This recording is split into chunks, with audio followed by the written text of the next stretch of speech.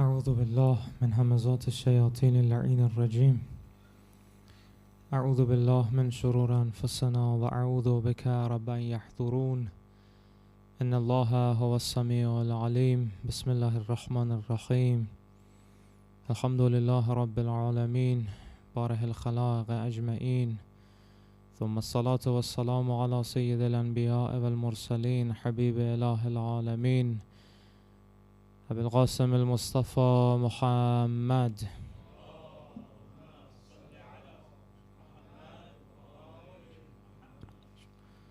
وآله الطيبين الطاهرين المعصومين، لا سيما بقية الله الأعظم في الأراضين. روحي وأرواح العالمين لتراب مقدمه الفداء، سيما بقية الله الأعظم، واللعن دائم على أعدائهم أعداء الله من الآن إلى قيام يوم الدين inshallah. So in the previous session we studied Quran and we said the typical understanding when we speak about Dunya and the love for Dunya and this materialistic world. The typical understanding would be for somebody to think, oh, I don't have money, so I'm out of this context. Therefore, I'm not attached to this Dunya. But last night when we studied in the Quran, we realized that the Quran says Dunya is not just about money from one side, and from the other side, Dunya is not only about haram stuff. Sometimes the halal stuff can become your attachment in the Dunya. Sometimes stuff can become your attachment to in the Dunya, which isn't money, which isn't wealth. So what I want to examine tonight, and this is the continuation of last night, because I didn't get to finish the whole topic, the whole discussion last night, I had to finish it tonight, is if we look at this logic, if we look at this perspective and this point of view, therefore sometimes I would say somebody can be poor and live in poverty, however he can be more attached to dunya than somebody who is wealthy and rich. And that makes it dangerous, and that makes it somehow brings it in front of all of us. There isn't any exception for the love of dunya. None of us is out of this context. When it gets to the dunya, none of us is out of this context. Because we realized last night that in Imam Hussein's logic and in the Quran's logic, dunya is a way of life, is a lifestyle, is a way of looking at things. It's not merely only what you have in your hand. It's the way you're looking at something. And during the session when I examined this, it might make more sense what I mean by this. Before I dig into my discussion, let me share with you, let me have a look at the modern psychology and see what is in modern psychology about dunya and the attachment. So there is a theory in the modern psychology about having an attachment. There is a difference, they say, between having an attachment in the modern psychology. Psychologists have realized that the amount of persons' positions does not necessarily determine their attachments in this theory. Therefore, they say a person might not have something. However, they may have tied their entire identity and their entire peace to that thing that they don't even have it. From a completely psychological perspective. Now we want to put the religion out of this context and look into the modern psychology. And we see the same conclusion when they examine and when they research the human being psychology. They say, yes, that's how it works. So the narrations we have from Amir al-Mu'mineen and the perspective that Quran is giving us is been confirmed by even the new modern psychological perspectives. That means it is possible for somebody to be poor. However, this person's mindset is always looking after money. Somebody can be poor, but he can see his full value in becoming a rich person. I remember just about 2 weeks ago, I was talking to somebody. His family told me to have a talk with him. He's a young and healthy boy, very strong. However, he doesn't have a job. When I was talking to him, he told me about 10 months ago, I decided to go in a part of Iran and I sought to have a small business, and the business was like, I don't know what the business was. But because when the war started, before the war there was some riots they started. Because he was in an island, therefore people stopped to go in that island because of the situation. And then after that, the 12th day war started, and then after that the other day war started. Therefore I lost the job. So look at the scenario. He was blaming himself so much, and he was saying, I would never ever do such a thing in my life anymore. When I was counseling him and I talked to him, at the end I've realized he keep on saying, I am poor. I told him, look, I know you might not have money, but being poor is not about having money. Being poor and living in poverty is more of a concept. Therefore, I realize this person sees his whole value and his whole peace into becoming rich. That's why he's in a constant competition to get there. And yet when he's not getting there, he feels like, oh, everything is bad. Then I asked him, do you have a car? He said, yes. I said, I don't have a car. So I have to be more depressed than you. I asked him, do you have a house? He said, a very small house. I said, I don't even have a room. I'm renting a place. And sometimes I have a very difficult time to pay it off. He was like, really, Sheikh? I was like, yeah. I was like, so I have to be more depressed than you. I was like, how's your mom feeling? He was like, alhamdulillah, very good. I was like, my mom is dealing with a cancer. About 1 year of my life, I've been just behind the doors of hospital. I asked him different questions like this, and I told him at the end, look, there is a competition happening inside you. You have a constant competition. I'm saying this to youth. How you're planning your life, how you're fixing and setting your mindset. What are you looking for and what are you after in this life? See, this person saw his whole value. He thought he can be respectful when he has more money. He thought he can be more respectful if he changes his car into a different car. A car that people will be like, wow. Brings wows out of people. See, some people finds their life, their peace, their value into bringing wows out of people. Oh, I'm studying. However, I'm not studying for the sake of imam. I'm not studying to make my imam happy. I'm not studying because my imam needs specialist people in all different fields. Imam needs sheikh, imam needs worker, imam needs mechanic, imam needs doctors, imam's government inshallah needs all of these fields. I'm not thinking to myself, imam's government needs everything, and hopefully during my lifetime imam is coming, and I'm planning my life like this. See, he's always running after something, and this is about the mindset.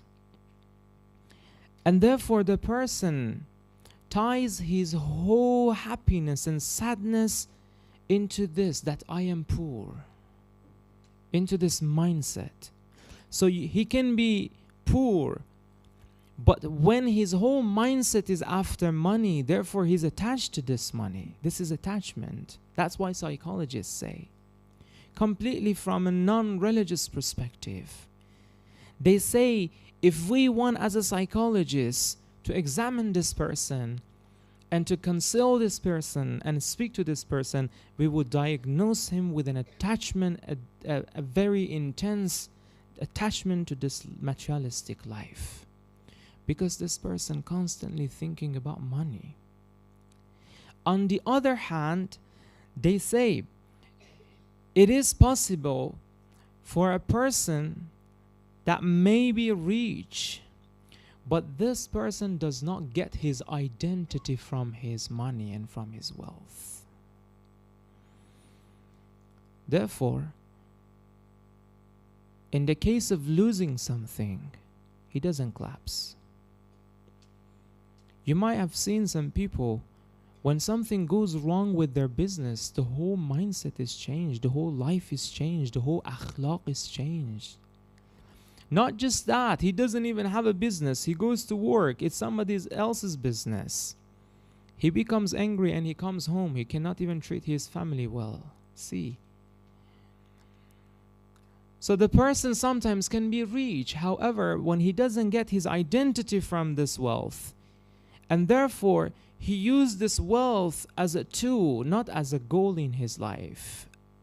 Even if he wants some peace, even if he wants some rahat in life, he uses this wealth and money, this materialistic part of life, in this way as a tool to get to somewhere, to do more important stuff with better goals and with better intentions. Now this person is not attached into the world, into the money and life in dunya. So the psychologists, the Western ones, they say if we have to examine this person, we would say this person is not attached to the dunya, because his identity is formed and it's completely out of this money. Therefore, they say humans have two types of orientations. The first one is the internal goals, such as focusing on spirituality and meanings in life. This is one type of orientation. And the other one is the external goals, that such as money, for example, reputation for some people. Some people have money, however, their attachment is their reputation. Power. Some people are always after power, like Umar ibn Sa'd lanatullah alayh. There was nothing in front of his eyes except for just this governance of the ray. For some people is social prestige. They made a prestige for themselves, and now they don't want anybody and anything to break this. And they're in love with this. Even the way they speak somehow, they try to speak differently. You know, sometimes you see these celebrities, they try to speak in a way as in like, oh, the way of their speaking is even different than normal human beings, because they're special people, right? No, they're not special people. They pretend because they really believe that they're special people. Even the way they move their lips, look how much this affects life, and up till where it affects someone's personality. Imagine if it can affect somebody in that level to change even the movements of a lip in speaking.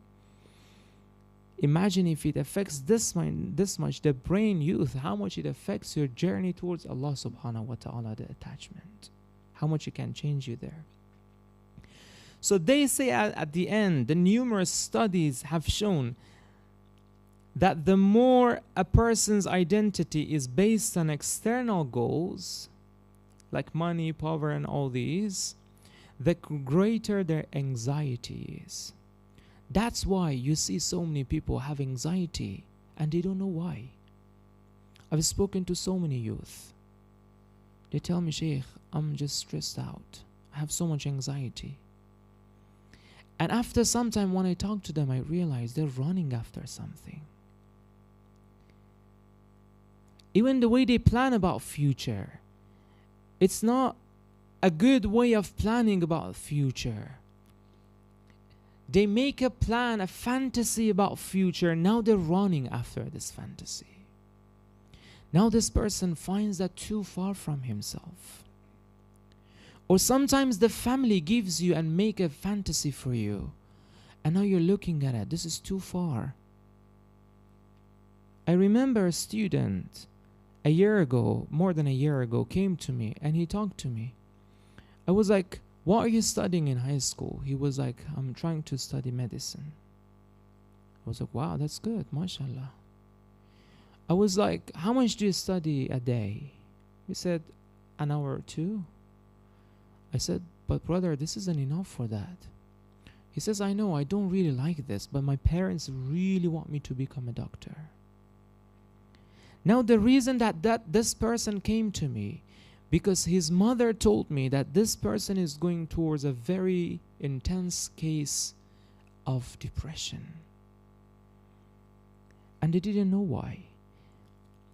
And from one side, he's young. He doesn't want to admit that he cannot do something because of the power of youth, the power that you have during this time. But from the other side, he's always running after something.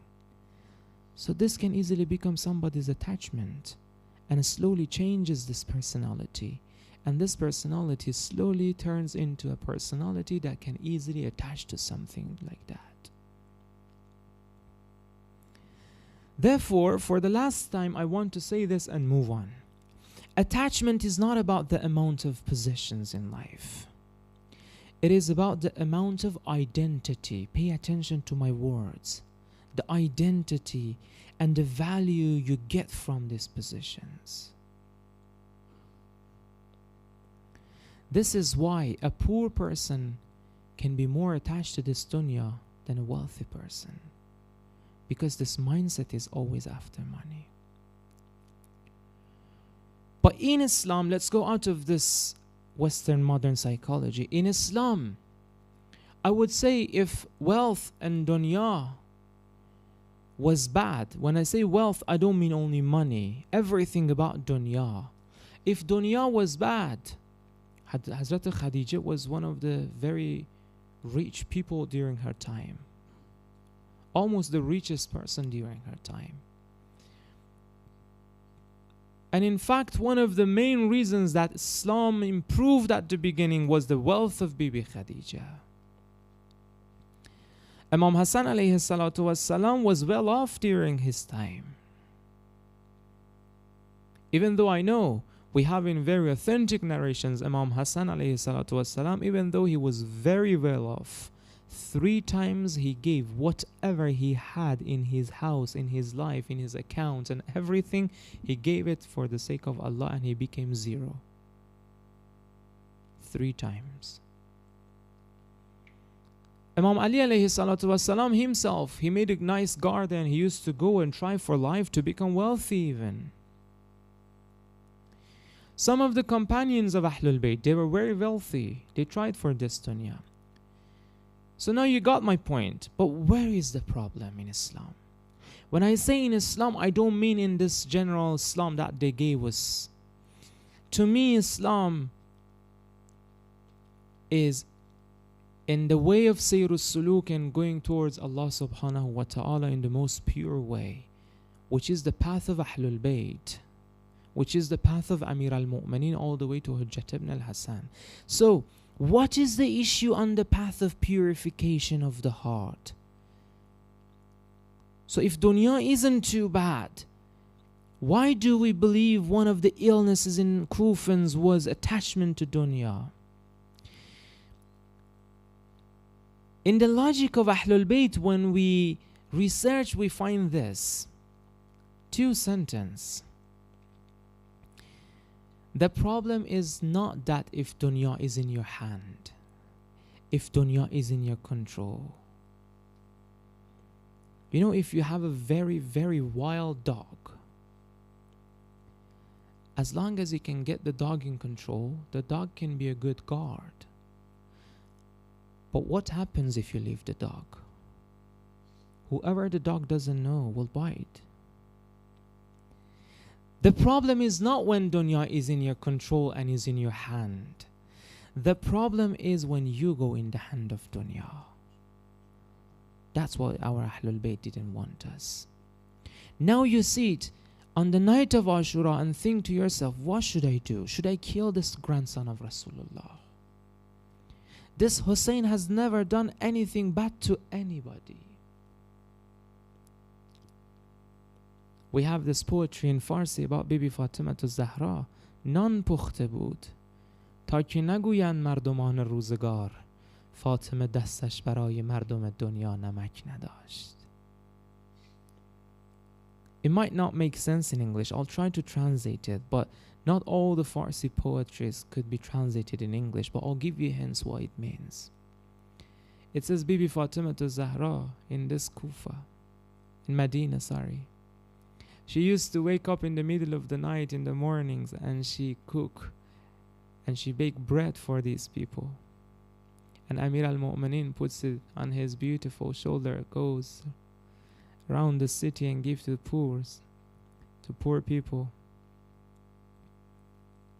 It says non pukhte bud Fatima. She made bread for these people. Ta ke naguyan, so they don't say tomorrow.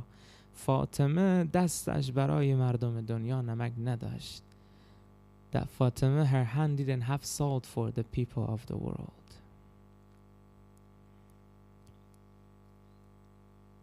What happens that you see to yourself? And he narrates, there is a narration from himself, from this la'natullah alayh, from this mal'un. He keeps on talking to himself. His body at some point was shaking. And he was like, what are you doing? Some of his soldiers and companions of Umar Asad la'natullah alayh went to him. And they said, we've never seen you be scared of anything. You were brave. You're a brave commander. You're the bravest commander. That's why Ibn Ziyad has chosen you. He was like, you don't know what I'm gonna do. I myself know what I'm doing. I'm killing the most dear grandson of Rasulullah, the dear of Fatima to Zahra.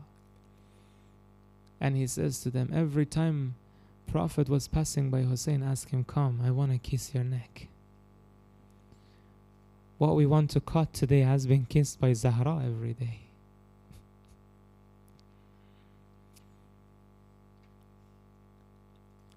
So see, the problem is when you become the slave of dunya. That's why Imam Hussein alayhi salatu wasalam says, An-nasa abidud dunya. People are abidud dunya, slave of dunya.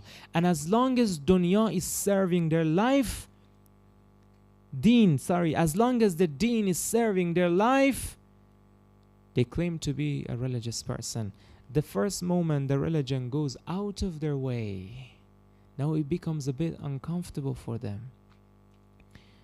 Somebody told me he always keeps 1%, 2%, any percentage of his monthly income in a different account that he opened just for this intention, no matter how much your income is. I even taught this to my children. My small children are doing this now. Even if I give them £1, they separate from the same moment, they separate 2% of it for Imam Mahdi alayhi salatu wasalam. This brother told me he separate 1, 2, 3, any type of percent, as much as it doesn't harm you. Just as much as you show Imam Mahdi alayhi salatu wasalam that the mission you have is important to me. I want to play a role in this mission.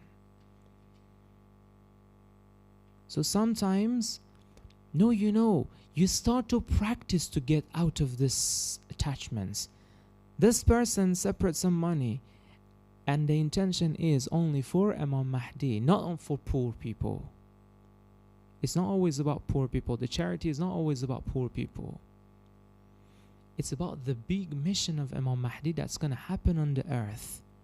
And you find somebody who he's walking on the path of Imam Mahdi, his companions. I will give you this story that Imam has people around him. He sends them here and there for different stuff. They might come to you someday. You have to have something for them. Even not for them, you might find something that this helps in the mission of Zuhur. See, now slowly you start to change this mindset.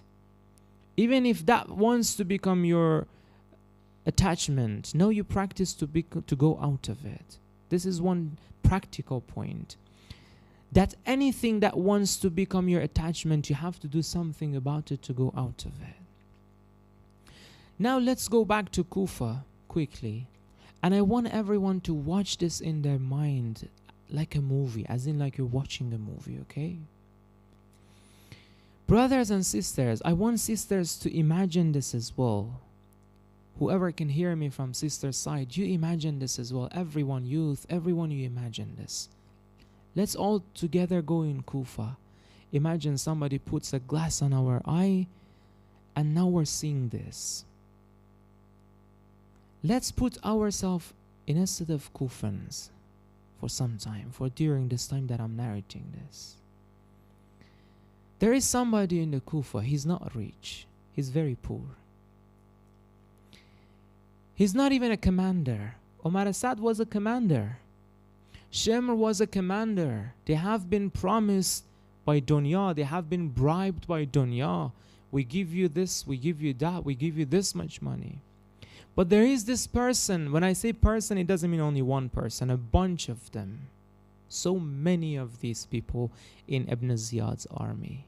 They were normal people. He's a completely normal person. He's not wealthy. He's not a commander. He's only a simple human being. He has a wife. He has children. He has a house. He might, some of them have a small business in Kufa as well. For example, one of them has a business that's making the sword sharp. La'natullah alayh. On the day of Ashura, the soldiers of Umar Assad used to go to him. And he was very good at this. He quickly made the swords sharp for them.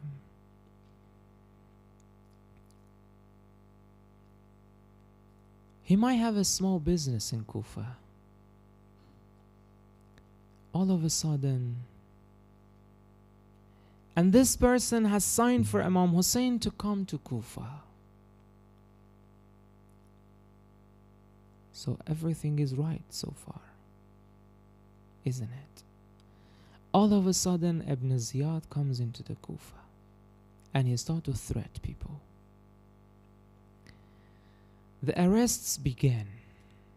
Some people have been arrested and the fear goes around. The rumors say whoever says Hussein's name, Muslim ibn Aqil's name, they will cut their tongue. They will destroy their family. They will take away their wives from them. See, brothers and sisters, this is very heavy. Who can even imagine if somebody says, oh, your enemy is going to take your wife away from you, and you know your enemy is stronger than you, they might do that. Which mindset can accept this? A mindset that says, look, whatever I have is for Hussein. Hussein is everything. No longer anything belongs to me. Even the breath that keeps going in and out, let alone my wife, my children. Now this person in this scenario should choose. Listen, he should choose. Between what though? Do you think he should choose between Hussein and Yazid? No. So many people in Ibn Ziyad's army, they know Yazid is a bad person and Hussein is better than Yazid. So what do they have to choose between? Now I want you to reflect. And now you see where you're standing.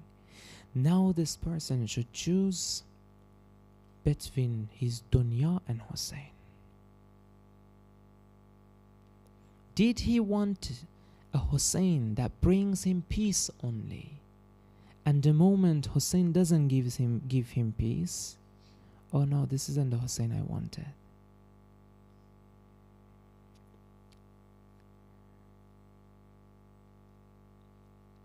Now he has to choose between his security and Hussein. The first moment, Hussein on the night of Ashura, to so many good people, brothers and sisters, imagine some people from Medina, all the way, because they thought Imam is going to become the ruler of Kufa, came with Imam Hussein alayhi salatu wasalam to Kufa. When Hor didn't let them go and they went in Karbala, so many of them stayed with Imam Hussein and they said, we will be with you. Imam told them, whoever wants to go, go.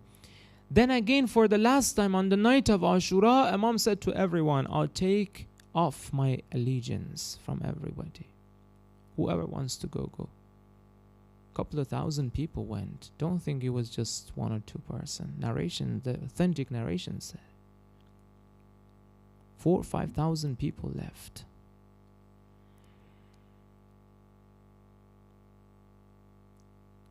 Why? Because Imam Hussein directly says, now you have to choose. Do you want a Hussein that brings you only security? If Hussein brings you a little bit of like danger, then what? Now this person should choose between his peace and Hussein. Now this person should choose between his son and Hussein. Now this person should choose between his tomorrow and Hussein. The plans that he have for tomorrow. Should I give you one example? From the beginning I had this intention to examine some of the khawas, some of the good people, why they didn't help Imam Hussein alayhi salatu wassalam. But because right at the beginning I got a critique that somebody thought maybe this is too much to think even Abdullah, the husband of Bibi Zainab Kubra salamullah alayhi, didn't help Imam Hussein. I don't want to go there because it might be sensitive for some people. But I'll explain it. It shouldn't be sensitive. When your Imam is there, Imam is Qibla. Everyone should go around your Imam, brothers and sisters, no matter who. I have to have so much courage and I have to be so brave to speak like this. If my teacher didn't tell me this, I wouldn't dare to say this. Muhammad ibn Hanafiyyah was at a level of an Imam. That's why some people thought Muhammad ibn Hanafiyyah is Imam. After him or during his time, they started the tribe of Kaysaniyah. Some people, Kaysaniyah means people who thought Muhammad ibn Hanafiyyah is Imam. This person was this pious. Imam alayhi salatu wasalam, when he wants to go to Kufa, writes him a letter once, he doesn't go with Imam. See, his own political analyze becomes his attachment. Now do you get it? You don't have money, but a political perspective becomes your attachment. He says to Imam, no, it's not the time for it. I don't advise you to go. Imam says, I don't want your advice. I ask you to come with me. That's what I'm saying. I have to be brave to say this. But because the other side is Hussein ibn Ali, I don't care about anything. Whoever is not sacrificed for Hussein, for me, doesn't have that much value. They will go in Behesht. They will go in heaven. Don't get me wrong. But they will not have ma'iyyat with Imam. That's a different level in Irfan. Ma'iyyat with Hussein is different. You might go in heaven, but you won't see Imam Hussein. I would say this to Allah myself now. On whatever you created, and on whatever you had an oath on in the Quran, I don't want your heaven that I don't see Ali ibn Abi Talib and his family, myself personally, and I say this in front of these people. I'd rather you put me in the Jahannam where I don't get to see Mahdi in the Day of Judgment, when I don't get to see Ali ibn Abi Talib in the Day of Judgment. Ma'iyyat with Imam is different. So see, he has 11 sons. 11 sons. My heart is exploding. What excuse? He didn't even give one of them to Imam to take with him. Subhanallah. 11 sons. Now what makes me so sad? The 5th day of Muharram, they surrounded Abu Abdullah.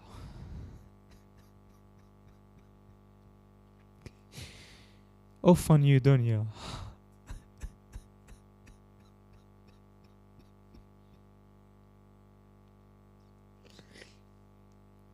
Off on you, Dunya. What have you done to Hussein?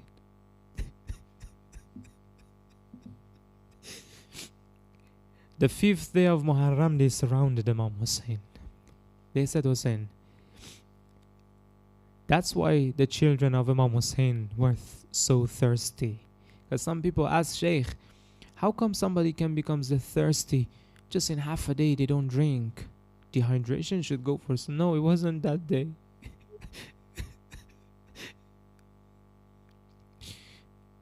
Let me tell you this. See the difference of Hussein. The first day, because he assumed something like that might happen when he got the news of Muslim, he got some extra water with him. When he was standing in front of Hur said to Imam Hussein, don't argue with me that much. My soldiers are thirsty. We don't have water with us. Imam said to one of his companions, to Abul Fazl Abbas, bring some water for them.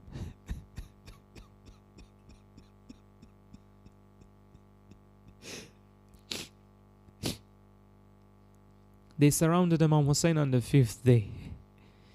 Now he realized he's at the end. See, when Imam gets to the end, how he speaks. He realized that he is at the end now.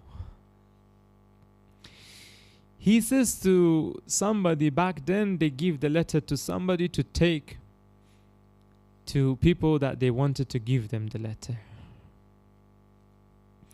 Imam writes a letter to his brother Muhammad ibn Hanafiya. Only 2 sentences. Hussein, you've been surrounded by people, by your enemies, and they're gonna kill you. What are you writing to Muhammad ibn Hanafiya? He doesn't say, Muhammad ibn Hanafiya, come and help me anymore. He knows some people don't want to help him anymore, and he knows this journey is different. This is a journey of heart, not the journey of aql and rationalism anymore. That's why one of the best mu'mineen, he asked him, come and help me, I'm alone. He says, oh, I have money, I'll give you money, but I won't come myself. Imam says, keep your money for yourself. He says, I have a good horse. If things get hard for you, you get on this horse, nobody can reach you. Imam said, keep it to yourself. Allah wants to see Hussein Shaheed. I'm not running from marriage. He writes this letter to Muhammad ibn Hanafiya.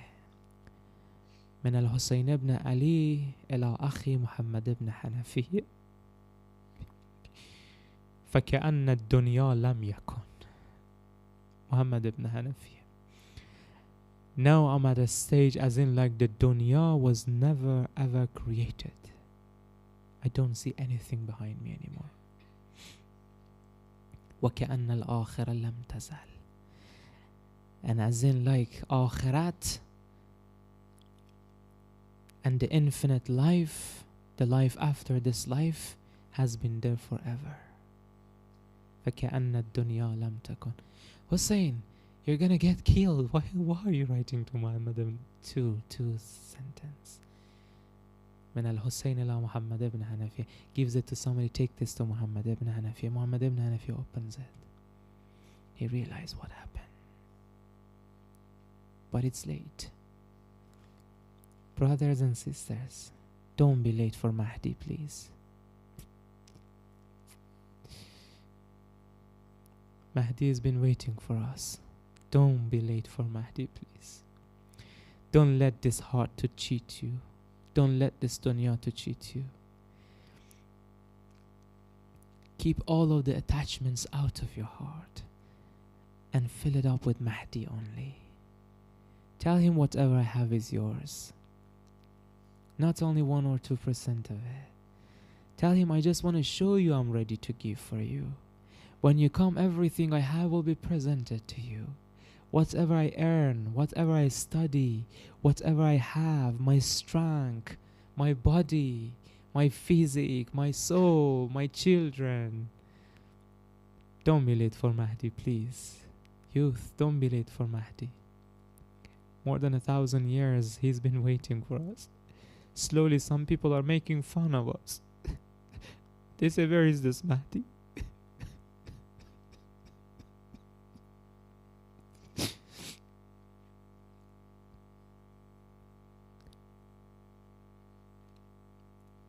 Now Imam Hussein says, Muhammad ibn Hanafi, whatever I fought for in life, whatever I have run after in life, whatever I competed in life, this is the meaning.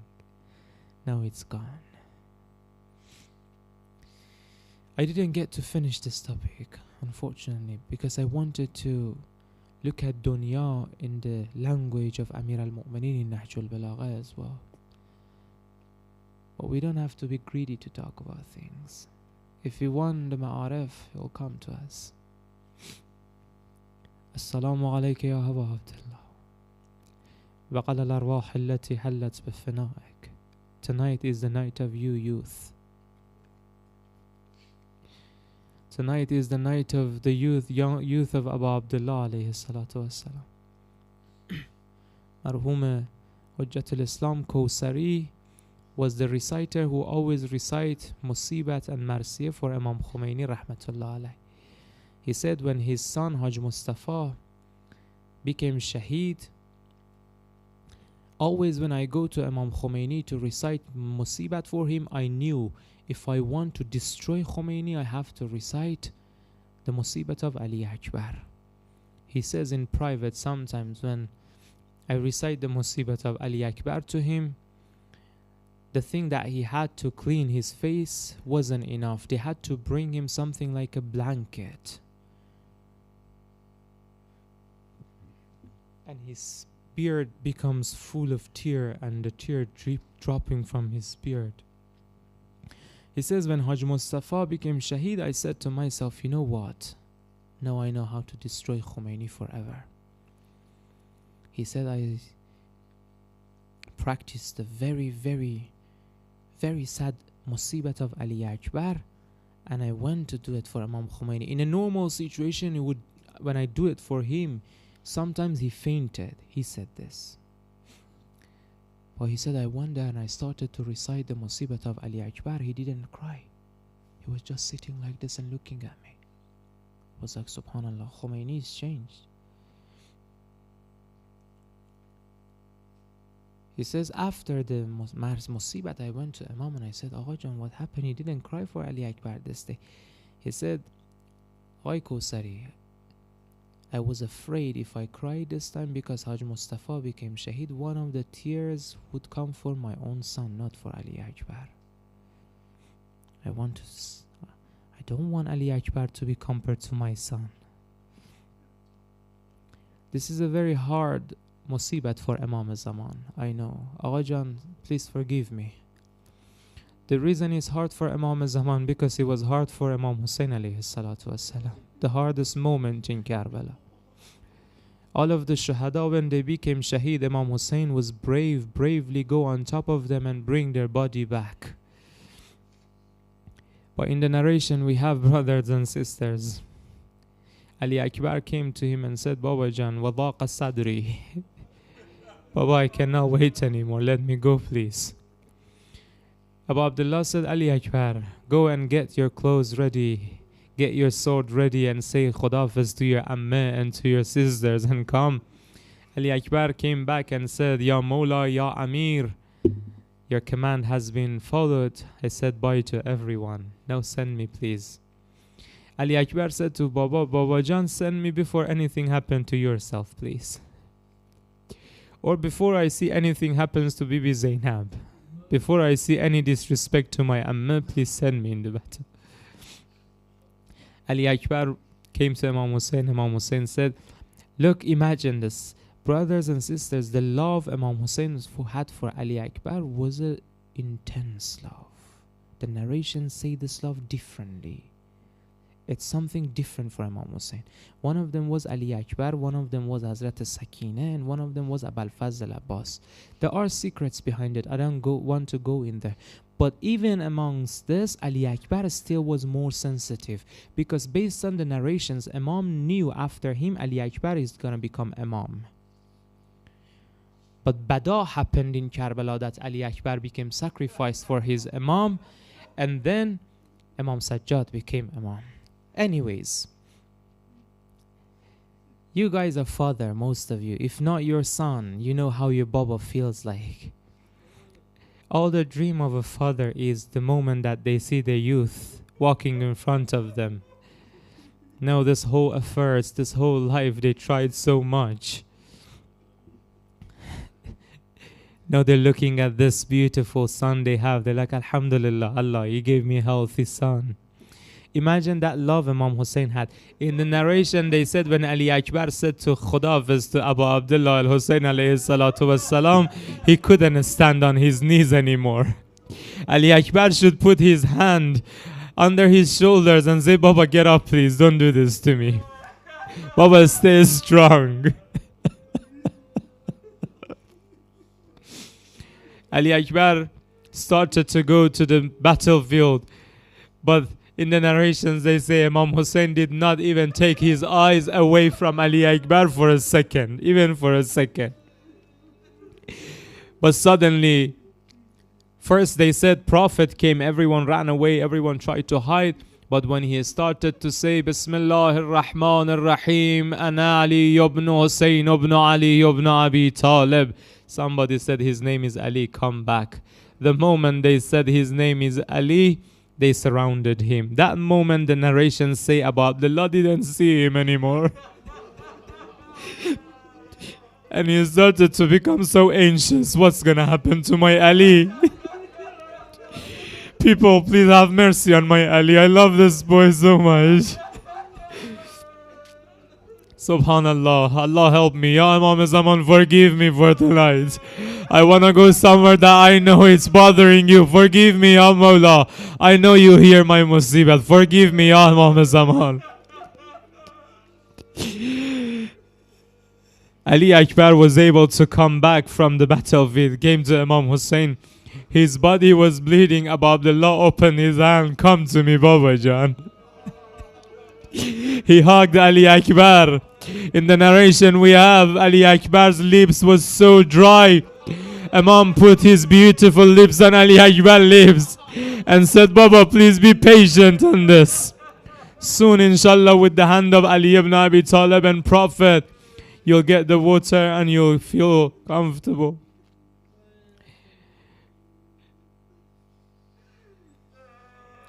Imam sent Ali Akbar back again. Ali Akbar, go back. Baba Jan, I have to go back.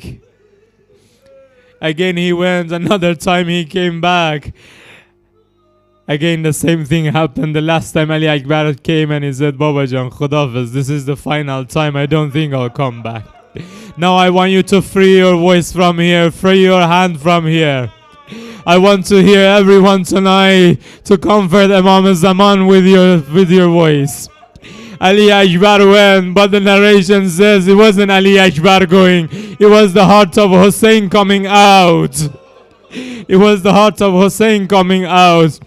Ali Akbar went another time. They surrounded him, this time worse. He couldn't run anymore. He had a very brave fight.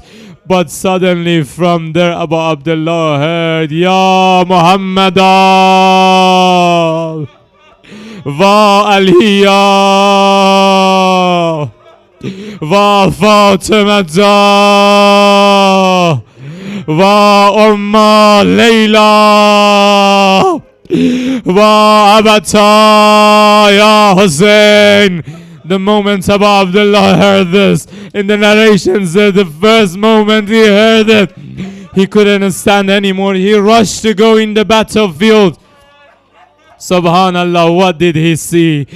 Imam Hussein says, Baba Jan, where should I look for parts of your body? Erban Erba body. They cut this body into small pieces. He saw he cannot get this body out of this battlefield.